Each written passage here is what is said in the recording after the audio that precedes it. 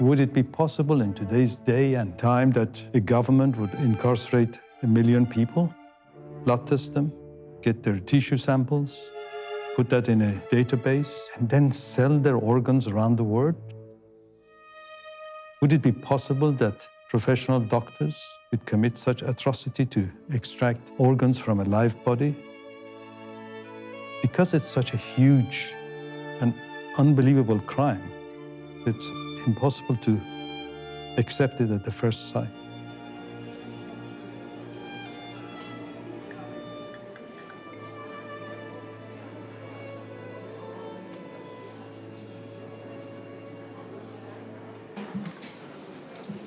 Please rise.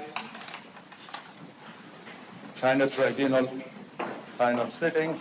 Sir Jeffrey Nice, QC, in chair. Please be seated. Good morning, ladies and gentlemen. This is the judgment of the tribunal. For over a decade, the People's Republic of China has stood publicly accused of acts of cruelty and wickedness that match the cruelty and wickedness of medieval torturers and executioners. The China Tribunal is being led by Sir Jeffrey Nice, QC, world-leading expert on genocide, crimes against humanity. He agreed to establish an independent tribunal with a number of other distinguished colleagues and to shine a light on a very dark place. It should be made clear that it gives the tribunal no pleasure to reach this conclusion, to which it is driven by evidence and the application of reason and logic, together with its appraisal of witnesses who gave evidence.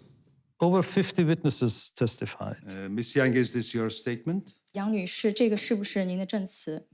是。 Yes. Are you going to give your evidence in English or in Chinese? 我说中文吧。 In Chinese. Ask you to remember that it is very important to tell the truth, the whole truth, and nothing but the truth. 28 were fact witnesses, and the rest were experts and investigators. The reading materials that was given to the tribunal went into thousands of pages. If you look at page 133... This is the first tribunal where there's been a documentation process for the actions of the Chinese state. There is no international court that could look into the evidence, could identify those responsible. The People's Tribunal is filling this gap.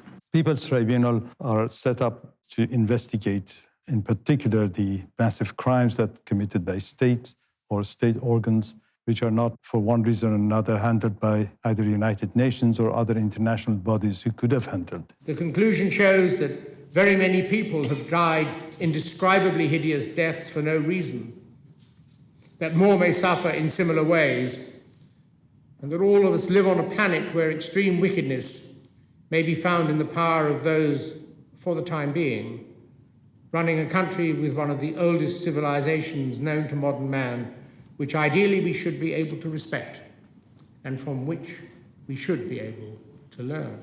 It's very sad that those who constantly supported China and justified its actions did nothing. Transplantation Society and other groups also tried to ignore the matter, what the tribunal has now termed as willful blindness. The PRC has done little to challenge the accusations, except to say that they were politically motivated lies.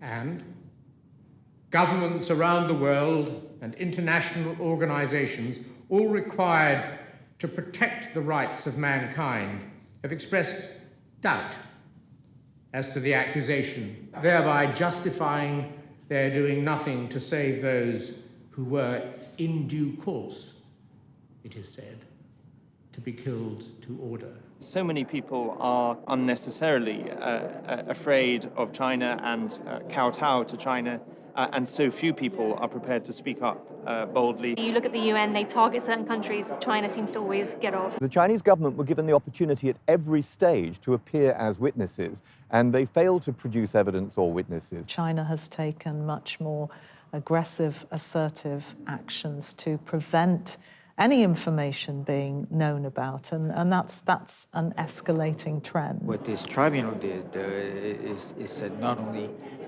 is this happening beyond a doubt, well, certainly they also said this is a crime against humanity. Victim for victim and death for death, the gassing of the Jews by the Nazis, the massacre of the Khmer Rouge, or the butchery to death of the Rwanda Tutsis may not be worse than cutting out the hearts, other organs, and the very souls of living, blameless, harmless, peaceable people. Now, this tribunal has concluded that certain that Falun Gong is a source, probably the principal source of organs for forced organ harvesting. The report adds that whilst it doesn't have sufficient evidence to reach the same conclusion for the Muslim Uyghur community, it says the vulnerability of the Uyghurs to being used as a bank of organs is also obvious. It's being called transplant tourism. That's where people are now flocking to China to get needed organs. Would you say that the majorities of these operations do result in the deaths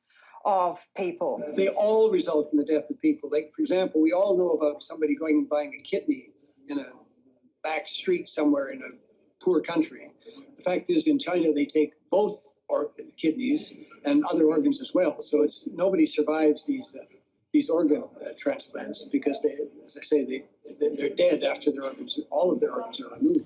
Doctors killed those innocent people simply because they pursued truthfulness, compassion, and forbearance in the case of Falun Gong practitioners, and lived lives of healthy exercise and meditation that was seen as dangerous to the interests and objectives of the totalitarian state of the People's Republic of China. This is a very uncomfortable truth, inconvenient truth.